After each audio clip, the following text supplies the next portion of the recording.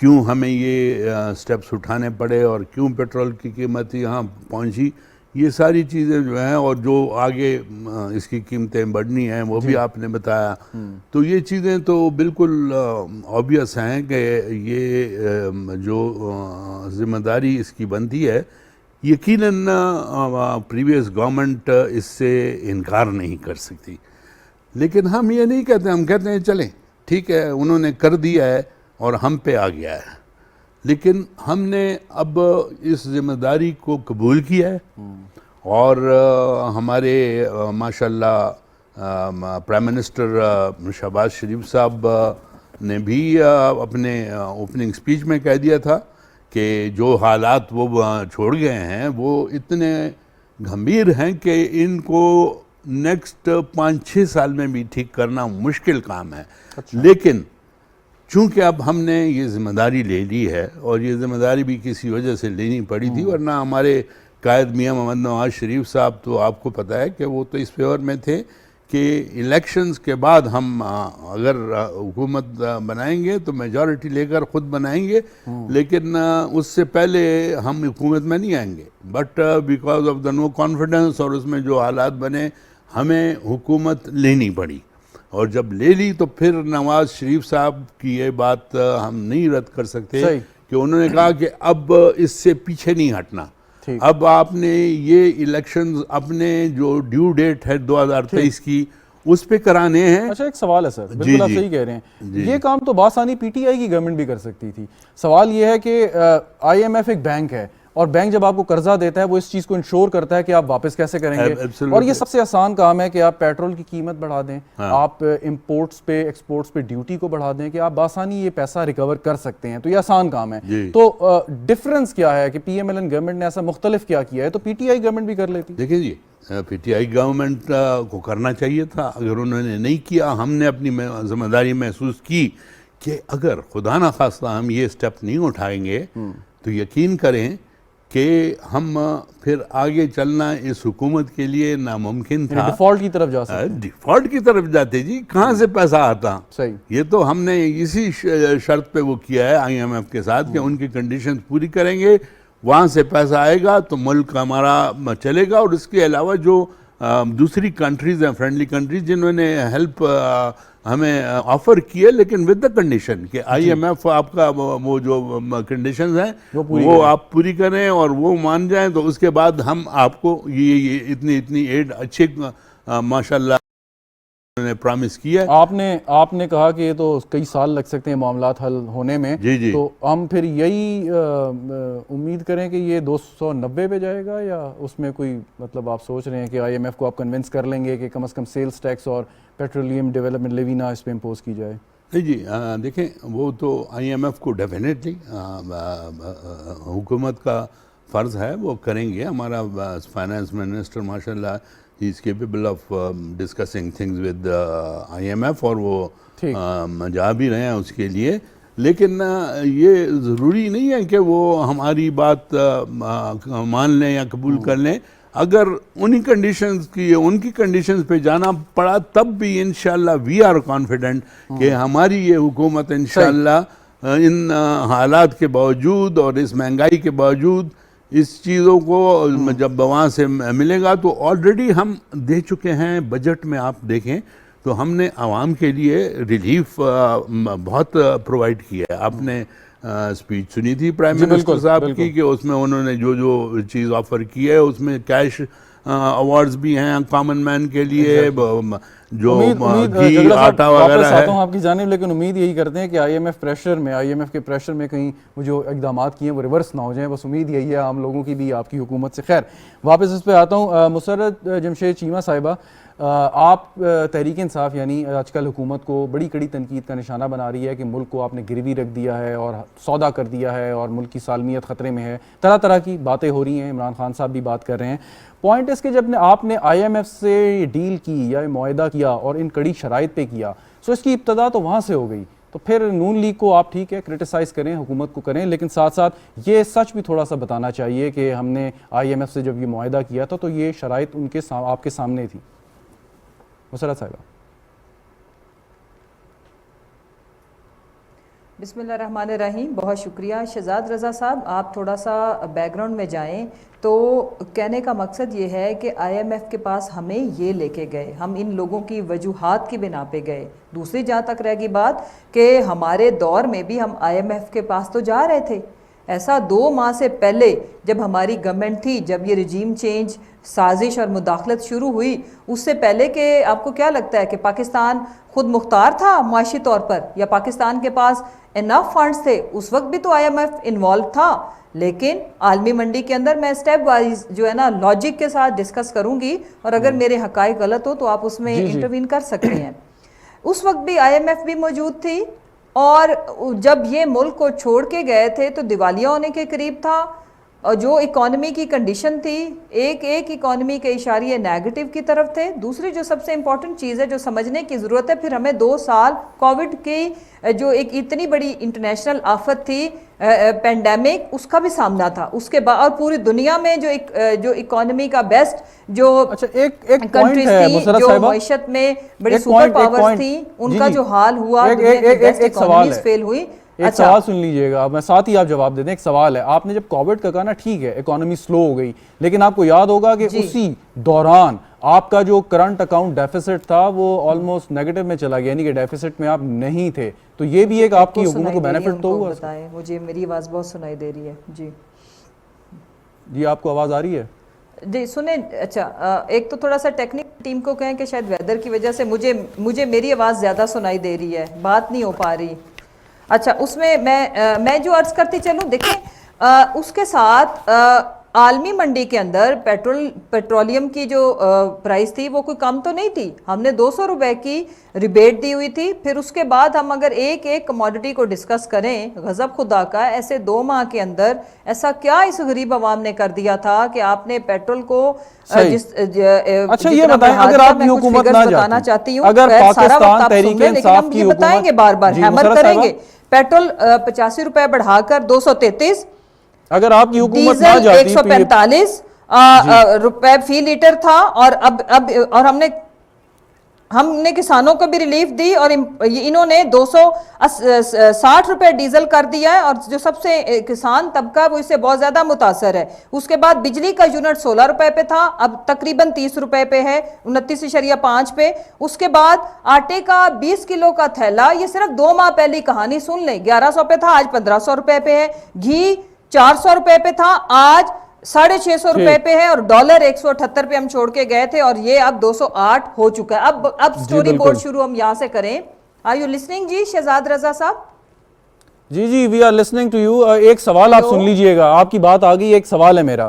سوال یہ ہے کہ پہلے تو مجھے مختصر ایک لائن میں یہ بتا دیں کہ آئی ایم ایف سے جو آپ نے ایگریمنٹ کیا تھا, کیا اس کے تحت آپ نے سبسڈی ختم کرنا تھی, پیٹرولیم ڈیولپمنٹ لیوی وصول کرنا تھی, اور سیلز ٹیکس عائد کرنا تھا؟ کیا یہ بات درست ہے یا نہیں؟ پھر آگے بڑھتے ہیں.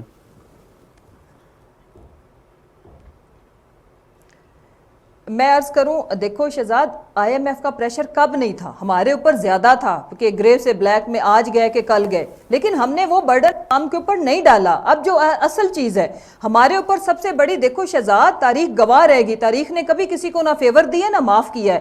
سب سے بڑی چارج شیٹ کیا تھی؟ مہنگائی. ساری پی ڈی ایم کی جماعتیں اور یہ حکومتیں, ماضی کی جتنی حکومتیں نکلی ہیں, کرپشن چارج شیٹ کے اوپر نکلی ہیں. ہم مہنگائی کے اوپر انہوں نے یہ جو لوٹے کیے لوگ, جو خریدے لوگ, انہوں نے بھی چارج شیٹ جارگنز کو اوائڈ کرتے ہیں تھوڑا سا مسرت صاحبہ. لیکن سوال میرے پہ سوال پہ آ جائیے. ایسا ہرگز نہیں ہے. اگر ان کو یہ لگتا ہے کہ ایسا تھا تو پھر یہ کیوں آئے, ان کو شوق کیوں زور سے شدت سے آیا ہوا تھا. میرا ماننا یہ ہے کہ آئی ایم ایف کا پریشر شروع سے ہی تھا.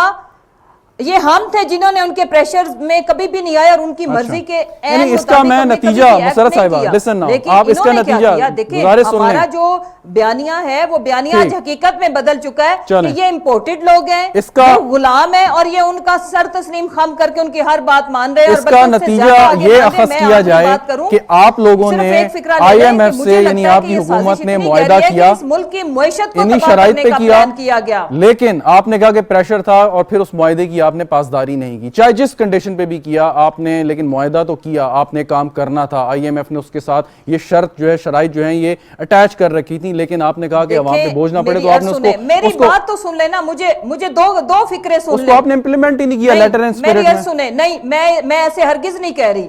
میں یہ کہہ رہی ہوں کہ ساتھ ہی ہمیں پتا تھا, ایک فکرہ لے لے, صرف ایک فکرہ, ہمیں پتا تھا کہ آئی ایم ایف یہ پریشر ڈالے گا اور کہیں اگر ہمیں کرنا پڑے, دیٹس وائی ہم رشیا کی طرف گئے. آج ہمیں سوال تو یہ ہے وہ پریشر کیوں ڈالے گا؟ آئی ایم ایف سے اگر معاہدہ نہ ہوتا تو آئی ایم ایف پریشر کیسے ڈالتا؟ ہمارا پلان بھی یہ تھا کہ ہم رشیا سے لیں گے, یہ چلے جائے نا, آج رشیا سے لے لیں, یہ رشیا سے لے, رشیا کی تو آفر موجود ہے, انڈیا لے رہا ہے, باقی ایران لے رہا ہے. یہ ہمارا پلان یہ تھا کہ ہم پیٹرولیم مصنوعات, ہم انرجی, یہ ہم رشیا سے لیں گے اور ہم عوام کے اوپر اس چیز کا پریشر نہیں آنے دیں گے. کوئی ڈیٹ بتا دیں, کوئی معاہدہ رشیا سے آپ نے سائن کیا ہو تو بتا دیں مجھے.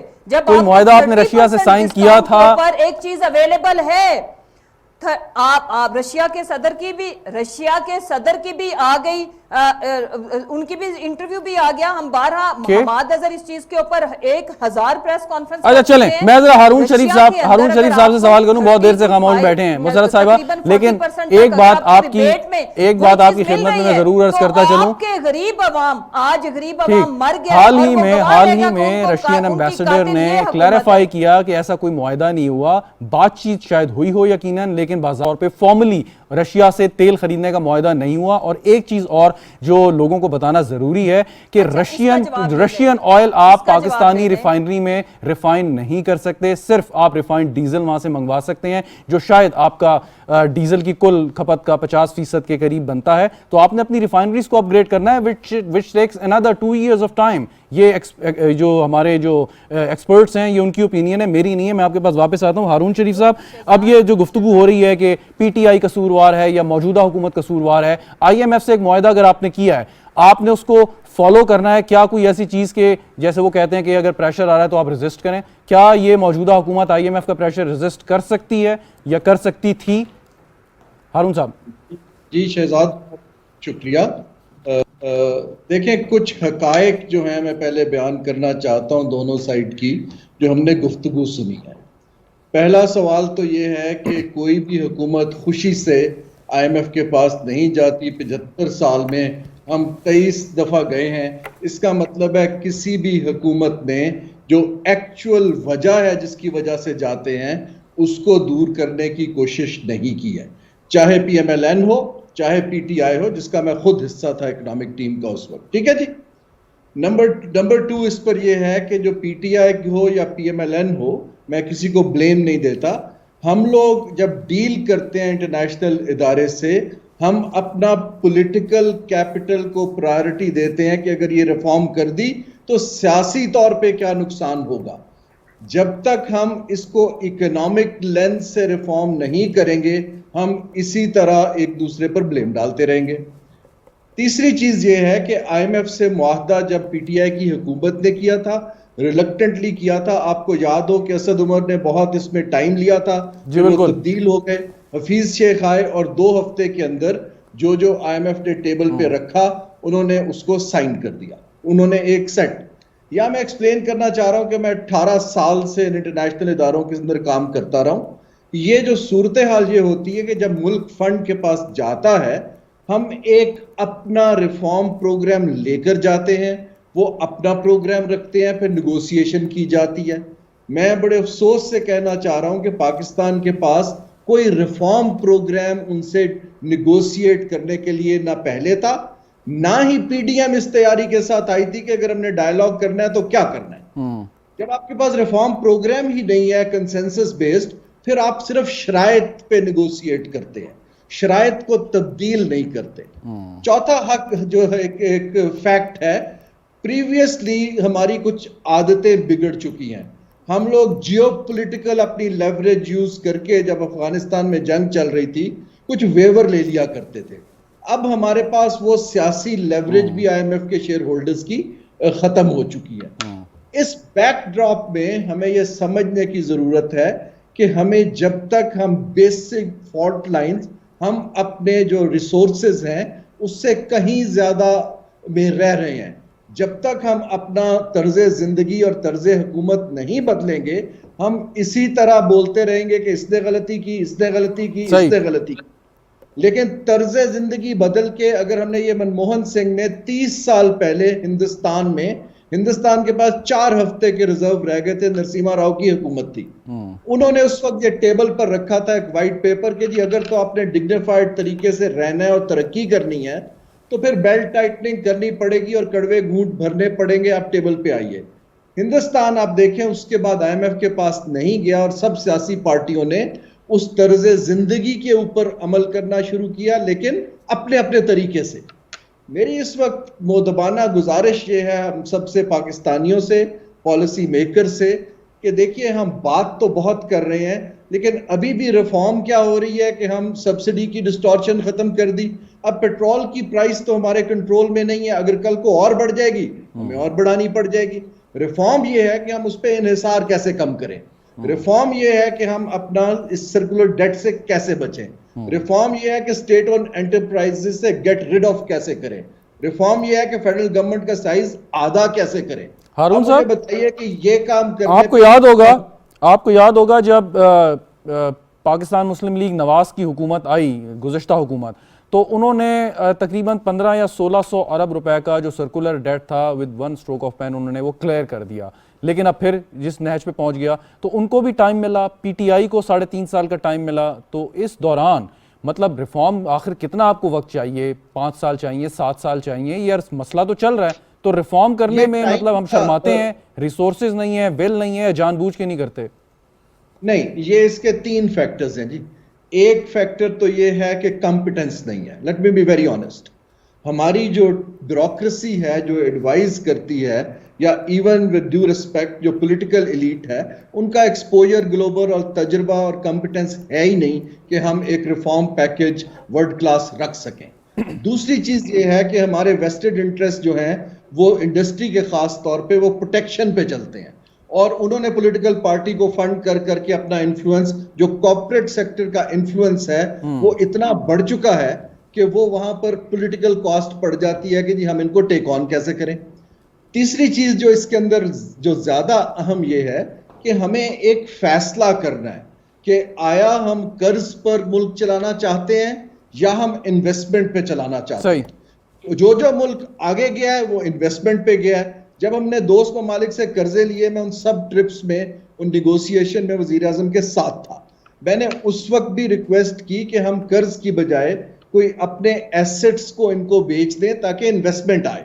قرض جو ہے جتنا آپ لیتے جائیں گے نہ تو وہ پرماننٹ ہے، واپس بھی کرنا ہے، اور آپ کی لیوریج نیگوسیشن کی گھٹتی چلی جائے گی. بالکل. اس وقت بھی ہمارا وقت یہ ہے کہ ہمیں کچھ فیصلے کرنے ہیں. اپنا سائز گھٹائیں، خرچے گھٹائیں، پرکس گھٹائیں، فیصلے. بالکل صحیح ہارون صاحب، ویری امپورٹنٹ پوائنٹ. جھگڑا صاحب سے اگر میں یہ پوائنٹ ریز کروں، آپ اجازت دیں. جھگڑا صاحب، یہ جو اہم فیصلے ہیں اور ان کی ایک سیاسی امپلیکیشن بھی ہوتی ہے ان فیصلوں کی. مثال کے طور پہ آپ اگر 1.5 سال کے لیے اگر حکومت یہ ہے، اسمبلیوں کی مدت ختم ہونے تک اور اس کے بعد انتخابات میں آپ جائیں گے، سو 1.5 سال میں آپ کیسے اتنے بڑے فیصلے کر لیں گے کہ اگر آپ کی اسٹیٹ اونڈ انٹرپرائزز جو ہیں وہ 1000 ارب روپے سے زیادہ ہر سال جو ہے خسارے میں جاتی ہیں، یا آپ کا پیٹرول پہ آپ کا اتنا انحصار ہے، یا آپ کو گندم یا چاول باہر سے منگوانے پڑ رہے ہیں، اور اب چاول کی فصل پہ بھی جو ہے خطرات منڈلا رہے ہیں پاکستان کے اندر.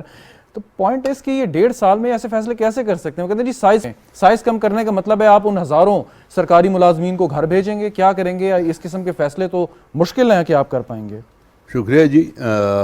بات یہ ہے کہ ہارون صاحب نے بہت اچھی باتیں کی، اور جو انہوں نے بیان کیا وہ as a matter of fact اگر ہم نے ان حالات سے نکلنا ہے اور اس ملک کو کسی نہج پہ پہنچانا ہے تاکہ یہ ایک وہ پاکستان بنے جس کے لیے یہ بنایا گیا تھا، تو اس میں یہ سارے اقدامات کرنے پڑیں گے جو ہارون صاحب نے بیان کیا.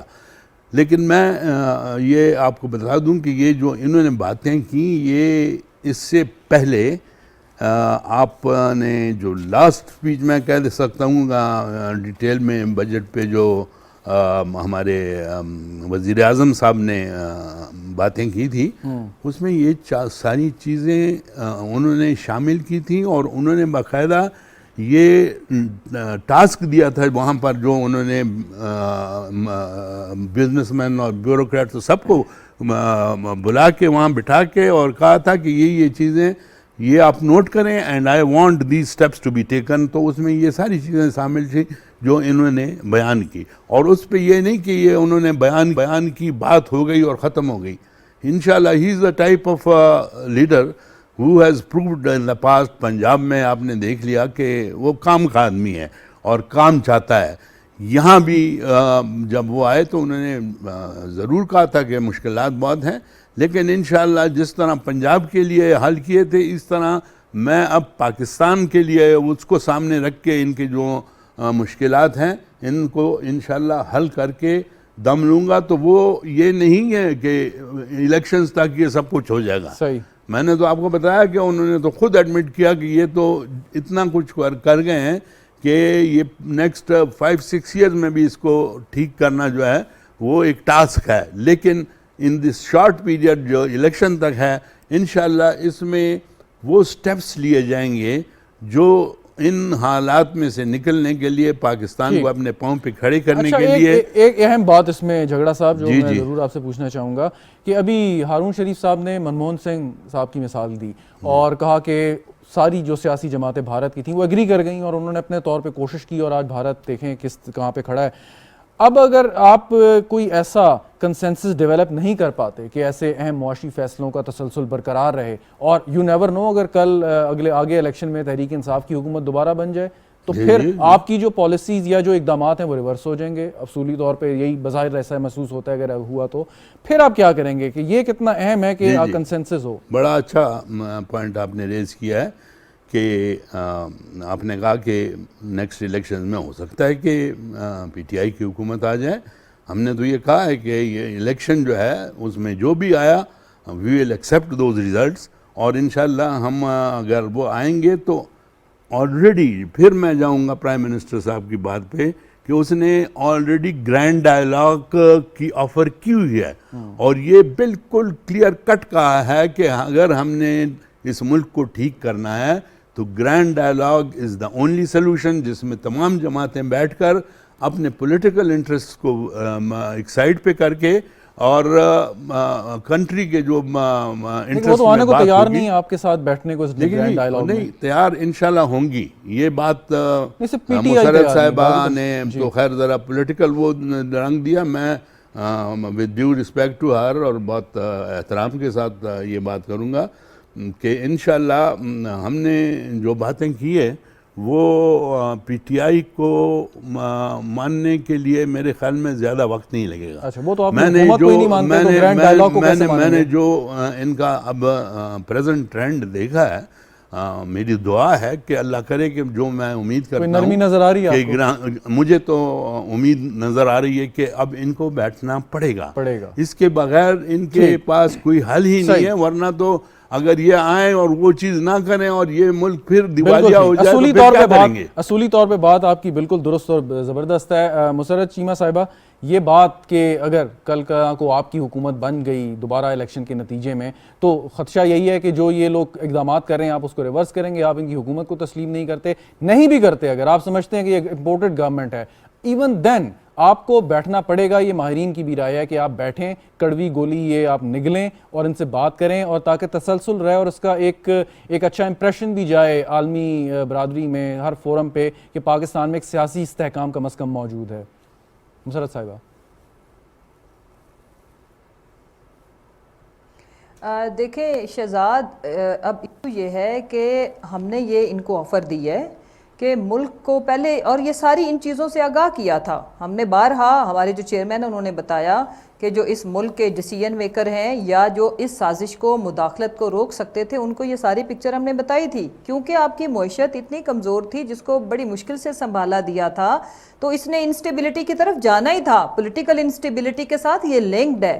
اب جیسے ہارون بھائی نے جو بات کی ہے نا، آپ کے ملک کے مسائل کا حل وہی ہے کہ لیتھل قسم کی ریفارمز آپ کا ملک اس لیے نہیں چاہتا کہ جو آپ کا سسٹم ہے جس میں آپ کے ملک کے سارے ادارے اور جس میں وہ پرو کرپشن ہے، دے ڈونٹ وانٹ کہ اس ملک میں لیتھل قسم کی ریفارمز اور لوگوں کو اپنے جو پرکس پریولیجز ہیں ان سے ہاتھ دھونا پڑے، اس لیے کوئی اس کی طرف نہیں آتا. اور دوسری جو سب سے رکاوٹ بھی وہ سسٹم ہی ہے. امپورٹنٹ چیز یہ ہے دیکھیں، اور الٹا ریفارمز تو کیا کوئی تھوڑی بہت اصلاح تو کیا، آپ کا پورے کا پورا نظام پرو کرپشن ہے. آپ ملک باہر سے قرضے لیتے ہیں اور پھر کرپشن کر کے منی لانڈرنگ کے تھرو، میں کسی ایک پارٹی کا نام نہیں لیتی، شروع سے 72 سالوں سے یہی ہوتا آیا اس ملک کے ساتھ. منی لانڈرنگ ہو جاتی ہے، وہ پیسہ پھر باہر چلا جاتا ہے. اسی لیے تو ضروری ہے کہ وہ گرینڈ ڈائیلاگ ہو، سب سے بڑا ٹریجڈی آپ ہوا کی کیا، جماعت بھی اس میں شامل ہو اور اس چیزوں پہ مکمل طور پہ آپ کیپ لگائیں. سن تو میں اسی طرف آ رہی ہوں شہزاد، میں لیٹ می کمپلیٹ، میں بالکل اسی طرف آ رہی ہوں. میں جھگڑا صاحب کی بات سے اتفاق کرتے ہوئے اسی طرف آ رہی ہوں. Let me conclude it. اب ایشو یہ ہے کہ جتنی پولیٹیکل انسٹیبلٹی آ گئی ہوئی ہے، آج ہم سارے اے سی والے کمروں میں کسی ایوان میں بیٹھ بھی جائیں گے تو آپ کو کیا لگتا ہے کہ یہ کوئی کاسمیٹک قسم کی ارینجمنٹ کرنے سے، آپس میں اچھی اچھی باتیں کرنے سے نہیں آنی. پولیٹیکل انسٹیبلٹی یا معاشرے کے اندر جب اس طرح سے عدم استحکام آ جاتا ہے تو پھر چیزیں سنبھالے میں نہیں آتی. آپ کے ملک کا ایک ہی حل ہے، آپ الیکشن کال دیں، اس کی ڈیٹ اناؤنس کریں اور پھر ساری ملک کی جماعتیں بیٹھ کے ایک ایسا انٹرم سیٹ اپ بنائے جس میں پی ٹی آئی بھی اپنا سارا انپٹ دے، یہ ساری پی ڈی ایم کی جماعتیں بھی دے، اور اس انٹرم سیٹ اپ کو ہم ساری جماعتیں سپورٹ کرتے ہوئے آگے الیکشن کی طرف جائیں.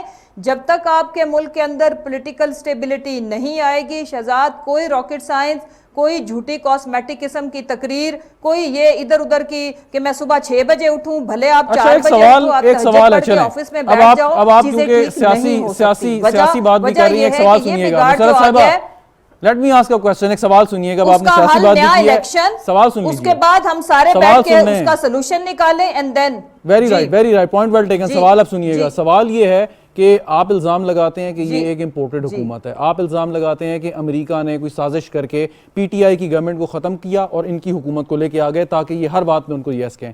امریکہ کیا چاہتا ہے؟ مطلب وہ چاہتا ہے کہ ان کے ذریعے پاکستان کو تباہ کرا دے؟ کیا چاہتا ہے؟ بھارت پہ حملہ کرا دے، کشمیر ہاتھ سے چلا جائے، افغانستان میں اپنی مرضی کی چیزیں ہوں؟ آخر کیا چاہتا ہے؟ آپ نے یہ سازش جو اتنی بڑی گھڑی ہے امریکہ نے، اس کا اس سے کیا نتیجہ نکالنا چاہتا ہے؟ رزلٹ کیا لینا چاہتا ہے آپ کے خیال میں؟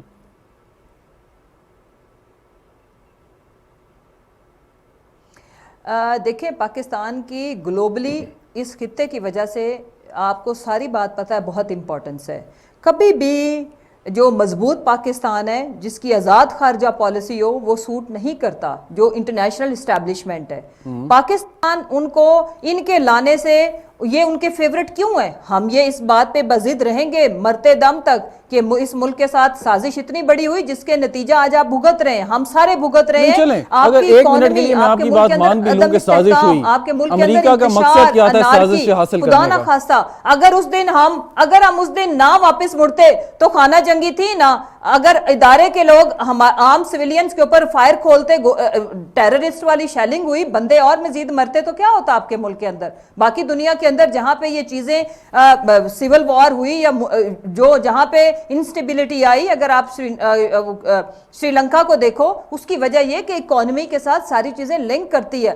پرامن شہری تبھی رہتے ہیں جب اس کی ضروریات جتنی وہ محنت کرے اتنا اس کو ثمر ملے. آپ کے معاشرے کے اندر یہ جو استحصال ہے، استحصالی طبقہ اور ایک مائنڈ سیٹ اس ملک کے اوپر قابض ہے. وہ کوئی مانے نہ مانے 22 کروڑ عوام اس چیز کو جان بھی چکی ہے، سمجھ بھی چکی ہے. جتنا جلدی ہم اپنی چیزوں کو بہتری کی طرف لے کے جائیں گے، بہتر فیصلے کریں گے، اس میں سب کی خیر ہے. ورنہ مجھے یہ بتائیں، جب پاکستان ہی نہیں ہے تو کون سی پی ایم ایل این، کون سا پی ٹی آئی، کون سے ادارے، کون سی عدلیہ، سب کو ہوش کے ناخن لینے پڑیں گے. آپ نے صحیح کہا کہ پاکستان ہے تو سب کچھ ہے، ساری سیاسی جماعتیں ہیں. اور سب سے پہلے بات شروع کہانی یہاں سے ہوگی کہ اس ملک کے ساتھ تجربے نہ کیے جائیں مزید. اچھا، ویسے نون لیگ والے کہتے ہیں عمران خان صاحب بھی ایک تجربہ تھے. امریکہ کو یہی چاہیے تھا جو ان لوگوں نے کرشمہ کر دکھایا ہے. ہارون صاحب کے پاس جانا چاہتا ہوں. ہارون صاحب، یہ ایک سوال یہ ہے کہ تو آپ نے نیا تجربہ آزما لیا نا کہ صبح 6 بجے اٹھتے ہیں. اب 6 بجے اٹھنے کے میری طرف سے نہیں، وہ نون لیگ والے کہتے ہیں. خیر، اس پہ واپس آتے ہیں. ہارون صاحب، اب یہ ایک چیز مجھے بتائیے گا. نہیں، میں آپ کی مراد سے اوور آل ایک بات کر رہی ہوں.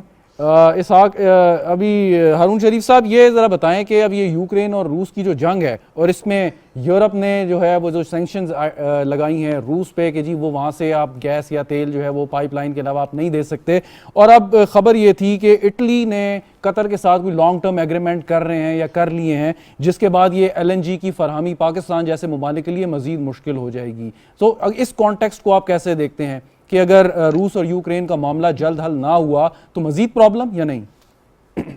جی میں جو اگر گلوبل ٹرینڈز دیکھوں اس وقت تو دو چیزیں بہت ورثم ہیں.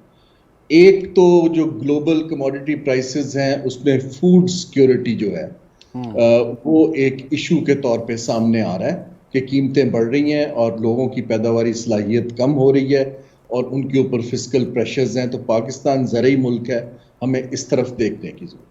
دوسرا اس وقت گلوبل پالیٹکس کو انرجی ڈرائیو کر رہی ہے یوکرین کے اوپر حملے کے بعد. یورپ وغیرہ جیسے میں نے عرض کیا کہ پاکستان کو پیٹرول پہ انحصار گھٹانا ہے، یورپ وغیرہ ڈیورسیفائی کر رہے ہیں اپنے سورسز آف انرجی، کیونکہ کچھ چھوٹے ممالک فن لینڈ ٹائپ وہ تو 90% یوکرین کی گیس پہ چل رہے تھے. EU کے لیے اب اس کو ڈیورسیفائی کرنا پڑ رہا ہے کیونکہ وہ انہوں نے دیکھ لیا ہے کہ ایک ہی گھر کے اوپر اگر وہ کرتے رہیں گے انحصار تو اس وولیٹائل دنیا میں نہیں رہ پائے. ہمارے اوپر اس کا اثر کیا پڑتا ہے؟ ہمارے اوپر اثر یہ پڑتا ہے کہ جب تک ہم نیٹ امپورٹ کنٹری رہیں گے ان چیزوں کا ایکسٹرنل شاک ہمارے اوپر شہزاد بڑھتا چلا جائے گا. ہمارا حل یہی ہے کہ ہم انحصار ایک تو سورسز آف سپلائی کو ڈیورسیفائی کریں، دوسرا ہمارا یہ ہے کہ اپنا جو ہے بیلٹ ٹائٹننگ کریں اور انحصار کم کریں. یہ گاڑیاں جو دھڑا دھڑ آئے جا رہی ہیں اس کی بجائے پبلک ٹرانسپورٹ کی طرف جائیں، بجلی کی گاڑیوں کی طرف جائیں. یہ اچھا اقدام ہے کہ ہم نے سولر انرجی کے اوپر کچھ ریلیف دی ہے پینلز کے اوپر، لیکن اس کو ذرا میس اسکیل میں. اچھا سر ایک چیز اور بتاتے جائیں، وہ یہ کہ ہم بلکہ یہ تو آپ کی ٹیکسٹ بک میں بھی تھا ارلی کلاسز میں کہ چین نے ترقی کیسے کی، انہوں نے کیسے اپنی جو انڈیجنس پروڈیوس ہیں ان پر انحصار کیا، انہوں نے چائے باہر سے امپورٹ نہیں کی. یہ باقاعدہ ہمیں اسکولوں میں پڑھایا جاتا تھا. اور اب احسن اقبال صاحب نے ایک جملہ کہا، انہوں نے کہا جی کہ چائے کی پیالی جو ہے وہ آدھی کر دیں آپ. تو کیا یہ بہت ہی غلط بات کی انہوں نے کہ جی لوگوں کے منہ سے آپ چائے کی پیالی بھی چھین رہے ہیں، یا واقعی اس بات میں آپ سمجھتے ہیں وزن تھا کہ آپ کیونکہ اربوں ڈالر جو ہے یہ کھانے پینے کی اشیاء درآمد کرنے کے لیے لگاتے ہیں سو اس سے بچا جا سکتا ہے؟ شہزاد دیکھیں سمبولک جیسچر جو ہے نا ان پہ ریاکشن تب نہیں آتا یا اس بات کو اپریشیٹ کیا جائے گا جب وہ دیکھیں کہ سرکار خود بیلٹ ٹائٹننگ کر رہی ہے نا اپنے لوگوں کا. اب آپ دیکھیے کہ جیسے میں اس کے خلاف نہیں ہوں کہ آپ سرکاری ملازمین کی تنخواہ بڑھائیں، لیکن دیکھیں IMF نے اس پہ آبجیکٹ یہ کیا ہے کہ آپ یہ کہاں سے کریں گے. دیکھیں نا آپ کو ان کو کنونس کرنا پڑے گا کہ یہ پیسہ ہم ریز کر سکتے ہیں. ہم جو پرکس اینڈ پریویلیجز ہیں اس کی طرف دیکھتے نہیں ہیں. We are sitting on massive properties. اگر BBC جو ہے وہ بش ہاؤس لنڈن کے کا گھر چھوڑ سکتا ہے تو آپ کا جو PTV ہے اس کا سائز کیوں نہیں کم کیا جا سکتا بلڈنگ کا؟ We do respect. ہمیں جو ویسٹفل ایکسپینڈیچر ہے اس کو گھٹا. اگر ہم یہ سگنل دیں گے تو جب آپ کہیں گے کہ آپ چائے پینا کم کریں لوگ ویلکم کریں گے. میں جو آخری بات کرنا چاہوں گا، دونوں سائڈوں نے ایک جو بات کی ہے نا ڈائیلاگ کی، میں نے دنیا میں یہ ڈائیلاگز ہوتے دیکھے ہیں. میری کچھ مدبانہ گزارشات ہیں. ایک تو یہ ہے کہ آلریڈی ہمارے پاس 12-14 جماعتوں کی کولیشن ہے، تو اس کولیشن کے اندر تو آپ ایک کنسنسس بلڈ کرنے کے لیے ایک وائٹ پیپر ٹیبل پہ رکھے نا. دیکھیں نا PTI کے اوپر خود بخود پریشر آئے گا جب 12 پارٹیاں ایک ریفارم کی بات کریں گی. یہ جو ڈائیلاگ ہوگا یہ ایک ایویڈنس کے بیس پہ کرنا پڑے گا نا. تو آپ کو کچھ نیوٹرل لوگوں کو ڈال کے ایک وائٹ پیپر کہ what is to be done اس کو ٹیبل پہ رکھ کے کنسنسس شروع کر دیں. بالکل 10 سیکنڈ میں. ہمارے کچھ ادارے ہیں جن کو وزارتیں بنا دیا گیا ہے. ہم ریفارم کر سکتے ہیں اگر پرائیویٹائزیشن کمیشن کو وزارت سے نکال کے پروفیشنل باڈی بنا دیں. پلاننگ کمیشن کبھی وزارت نہیں تھا، اس کو ایک پروفیشنل تھنکنگ باڈی بنائیں. بورڈ آف انویسٹمنٹ کو یہ بیوروکریسی سے چھڑائیں. ہم یہ ریفارم ان اداروں کے تھرو کریں بجائے اس کے کوئی نیا حل نکالیں.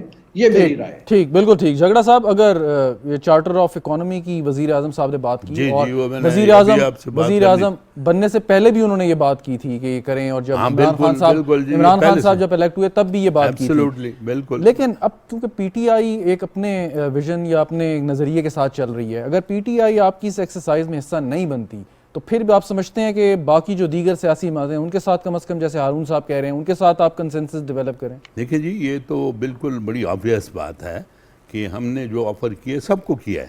لیکن جیسے آپ نے کہا کہ اگر اللہ نہ کرے پی ٹی آئی اس پہ کنونس نہیں ہوتی کہ وہ یہ ہمارے ساتھ کریں میثاق کے معاشیات، تو ہمیں یہ مسئلہ نہیں ہے. جو یہاں اس وقت ملک میں جماعتیں ہیں، زیادہ تر جماعتیں جو ہیں وہ اس کے لیے تیار ہیں کہ ہم بیٹھیں اور گرینڈ ڈائلاگ میں ان چیزوں کو ہم سارٹ آؤٹ کریں. تو ہمیں میجورٹی اگر ہمارے ساتھ بیٹھ گئی اور وہ یہ نہیں بیٹھتے پی ٹی آئی والے، تو میرے خیال میں کہ یہ تو میں اب زیادہ اس پہ بات نہیں کرنا چاہتا کہ کیا ان کا رزلٹ ان کو کیا ملے گا. لیکن یہ خود ہی اندازہ کر سکتے ہیں کیا ہوگا، آؤٹ کم کیا ہوگا.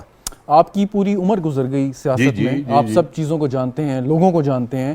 ابھی جو مسرت صاحبہ بات کر رہی تھی کہ اتنی تلخی بڑھ گئی ہے یا اتنی زیادہ جو گیپ آ گیا ہے بیچ میں، آپ کے خیال میں ماضی میں بھی کئی ایسے مطلب حالات پیدا ہوئے ہیں، شاید اس نوعیت کے نہ ہوئے ہوں، آپ کے خیال میں پھر بھی یہ بات ہو سکتی ہے کوئی، مطلب یہ جو تلخیاں، یہ دوریاں اور یہ سیاسی کشمکش؟ میں سمجھتا ہوں کہ اس 70-75 سال کے عرصے میں یہ قوم اور یہ ملک جن حالات سے گزرا ہے، آج وہ اس حالات کو دیکھتے ہوئے میں سمجھتا ہوں کہ ایک میچورڈ پولیٹیکل کلچر سامنے آ رہا ہے.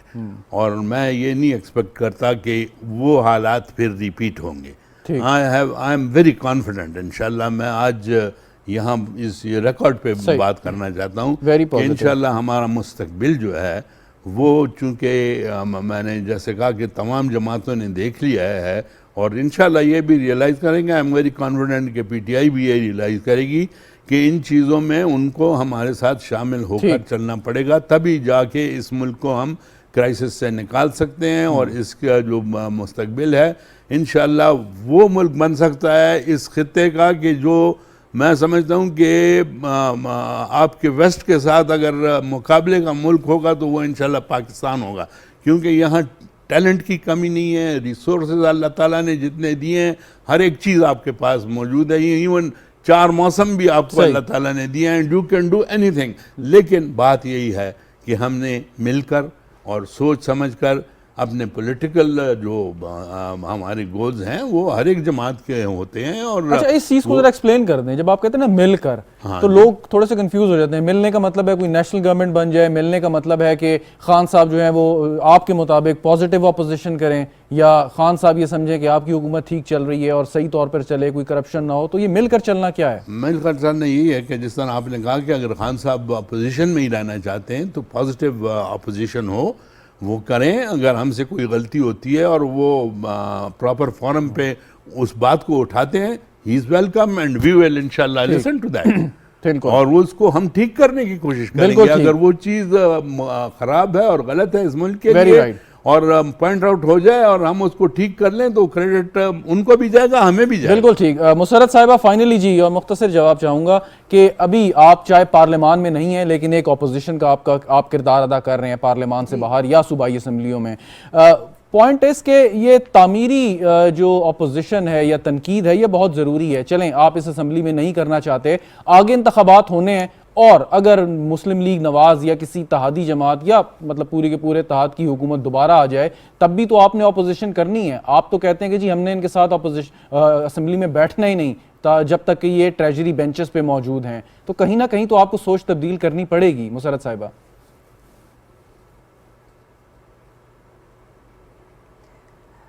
شہزاد، اگر آپ جھگڑا صاحب کی باتیں بڑی آئیڈیل اور بڑی خوبصورت باتیں کر رہے ہیں تو ان کو میری ریکویسٹ ہے، میرے بڑے ہیں یہ ادب کے ساتھ، کہ یہ بات رانا ثناء اللہ کو، شہباز شریف کو اور حمزہ کو کیوں نہیں بتا رہے کہ اپوزیشن کا ایک جمہوری آئینی کانسٹیٹیوشنل رائٹ ہے پروٹیسٹ کرنا، پرامن پروٹیسٹ کرنا. انہوں نے کتنے کیے تھے، کبھی ہم نے روکا. انہوں نے ہم عورتوں کے اوپر شیلنگ کی دہشت گردوں والی. اور میں یہ میرا تھم دیکھیں، آج میں جھگڑا صاحب، کیا میں دہشت گرد لگتی ہوں شکل سے؟ میں نے زندگی میں کبھی سگنل نہیں توڑا. میرے اوپر دہشت گردی کے پرچے پتہ کریں کتنے ہیں، اور یہ پتہ کریں کہ میرے اوپر باقی 25 میں سے لے کے آج تک کتنی ایف آئی آر ہیں. صبح بھی میں نے 8 بجے پونے 8 بجے پہنچنا ہے دہشت گردی کی عدالت میں، آج بھی پازیٹیو نوٹ پہ اس کو رکھنا چاہ رہے ہیں. کہنے کا مقصد یہ ہے کہ political victimisation is at its top. نہیں، میں یہ کہنا چاہتی ہوں پولیٹیکل وکٹمائزیشن بند کریں، اور اگر آپ نے کسی کے ساتھ کوئی آگے الیکشن اناؤنس کر کے بھی اگر ہم نے بیٹھنا ہے تو اچھی ایسی ایگزامپلز ہم چھوڑ کے جائیں. اور چادر اور چار دیواری کا تقدس پامال ہوا ہے. شہزاد رضا، ہمارے 3.5 سالہ دور حکومت میں کوئی ایک ایگزامپل نہیں ہے اس کی، حالانکہ انہوں نے بڑی ورس قسم کی اپوزیشن کی، اداروں کے اوپر اٹیک کیا. آدھی سے زیادہ اپوزیشن کو تو جیل میں ڈالا ہوا تھا. آپ کہتی ہیں کوئی مثال نہیں ہے. خیر یہ بات اپنی جگہ پہ ہے کہ جس طرح جو آرمی کے جو ادارے تھے ان کے نیب استعمال ہو رہا تھا، دیکھیں وہ کرپشن کیسز ہمارے سے پہلے کے بنے ہوئے تھے. لیکن نہیں، بات یہ ہے کہ اگر آپ پازیٹیو باتیں کریں گے تو آپ مونا سلائی کے خلاف جو منی لانڈرنگ کیس ہے یہ خان صاحب نے بنوایا تھا، یہ بھی پہلے کے ہم نے نہیں بنوایا. تو اس طرح کی باتیں آ سکتی ہیں، اس بحث میں نہیں جاتے. بات یہ ہے کہ مریم اور ان کے والد محترم کے خلاف کرپشن چارجز ہمارے سے پہلے کے بنے ہوئے تھے، زرداری نے بنائے تھے. تعمیری اپوزیشن. بات میں یہ کہنا چاہتی ہوں کہ انہوں نے کوئی اچھی روایت نہیں ڈالی. اب پنجاب کے اندر دو سیشن ہو رہے ہیں، اور ایوان اقبال کے اندر، اور پھر اس کے بعد پنجاب اسمبلی کی جس طرح تقدس کو پامال کیا گیا، کبھی دنیا میں اس کی ایگزامپل نہیں ہے. جس طرح سے پولیس اور کچھ سیول لوگ انٹر کر کے ہماری فیمیل ایم پی ایس کو جس طرح سے تشدد کا نشانہ بنایا گیا، اور ایک خاتون ہماری کوما میں چلی گئی تھی، وہ ہاسپٹلائز تھی. چلیں اب آپ وقت تھوڑا ہے، ہارون صاحب کے پاس جانا ہے، لیکن جو پرویز الہی صاحب کا کردار تھا یا جو وہاں پہ واقعات ہوئے، جس طریقے سے ہوئے، جس طریقے سے مار کٹائی ہوئی، اس میں اگر آپ کہیں گی اصولی طور پہ بات یہ غلط ہوگی، لوگ بھی سن رہے ہیں کہ خالی وہ اگر نون لیگ کی غلطی تھی، گھروں کے اندر خواتین کو ہراساں کیا گیا، پولیس میرے گھر میں ایسے کر رہی تھی ریڈ جیسے پتہ نہیں ہم کوئی آپ کے خلاف اگر کوئی بات ہے تو آپ اسے تسلیم کریں. لبرٹی کے اندر صرف خواتین اور بچے تھے شہزاد، یہ باتیں مت کریں. باتیں اگر یہ ہم نے پازیٹیو مثبت نوٹ پہ اس پروگرام کو رکھنا تھا اور ختم کرنا تھا. مسرت صاحبہ اچھے ماحول میں بات چل رہی تھی، جھگڑا صاحب کی بات کو میں تو یہ چیزیں مت کریں، ورنہ اتنی باتیں ہیں آپ کے خلاف. میں یہی فیل کر رہا تھا کہ آپ اس کو ریسپروکیٹ کریں گی جو جھگڑا صاحب بات کریں. خیر ہارون صاحب، میں نے یہ کہا ہے کہ اگر آپ بیٹھنا ہو جن کے ساتھ، ان کے ساتھ اتنی بدسلوکی نہیں کی جاتی. چلیں، پوائنٹ ٹیکن جی. ہارون شریف صاحب، اب یہ سیاسی جھگڑے تو اپنی جگہ چلتے رہیں گے، لیکن آپ تھوڑا سا ہمیں بتا دیں کہ آگے اگر آئی ایم ایف کے ساتھ ہمارا یہ تھرو ہو جاتا ہے، ہم کنڈیشنز کو پورا کر لیتے ہیں، اور اللہ کرے کچھ پیٹرول کی قیمتیں نیچے آ جائیں، یوکرین والا معاملہ ختم ہو جائے، کچھ دوست ممالک ہماری مدد کر دیں، تو کوئی آپٹیمسٹک سیناریو آپ دیکھ رہے ہیں آگے اگلے 3-4-5 مہینوں میں؟ نہیں جی، 3-4-5 ماہ تو بڑے مشکل ہیں. Let's be honest. دیکھیں، اگر ہم دنیا کی معاشی تبدیلی کا معائنہ کریں، اینڈ میں بڑا فارچونیٹ ہوں کہ میں نے 4 دفعہ اس پہ مہاتیر محمد صاحب سے گفتگو کی. یہ میں ایک چیز ذہن سے نکال دوں کہ کوئی 4 یا 5 سال میں ملک ٹرن اراؤنڈ ہو جاتے ہیں. جو ہمارا ملک ہے 4 یا 5 سال میں ریفارم کی سمت بنتی ہے، اور غالباً یہ جو کچھ کنسنسس بن پائے گا. لیکن جو ریفارم ہندوستان کو 30 سال لگے ہیں، ایسٹ ایشیا کو 25 لگے تھے، تو ہمیں صرف کنٹینیوٹی آف ریفارم رکھنی ہے. لیکن آغاز تو کرنا پڑے گا نا، چاہے آج سے کریں چاہے آپ 10 سال بعد کریں، آغاز تو کرنا ہے. اور ہمارا مقابلہ ویسٹ کے ساتھ کم ہے، مقابلہ ایسٹ کے ساتھ زیادہ ہے. بالکل ٹھیک، بالکل ٹھیک. ہارون صاحب معذرت آپ کی بات کاٹ رہا ہوں، لیکن پروگرام کا وقت ختم ہوا. آپ کا بہت شکریہ. مسرت جمشید چیمہ صاحب، آپ کا بھی شکریہ. تھینک یو سو مچ. آپ کا بھی بہت بہت شکریہ. ناظرین، گفتگو آپ نے سنی، پروگرام دیکھنے کا شکریہ. اجازت دیجیے، خدا حافظ.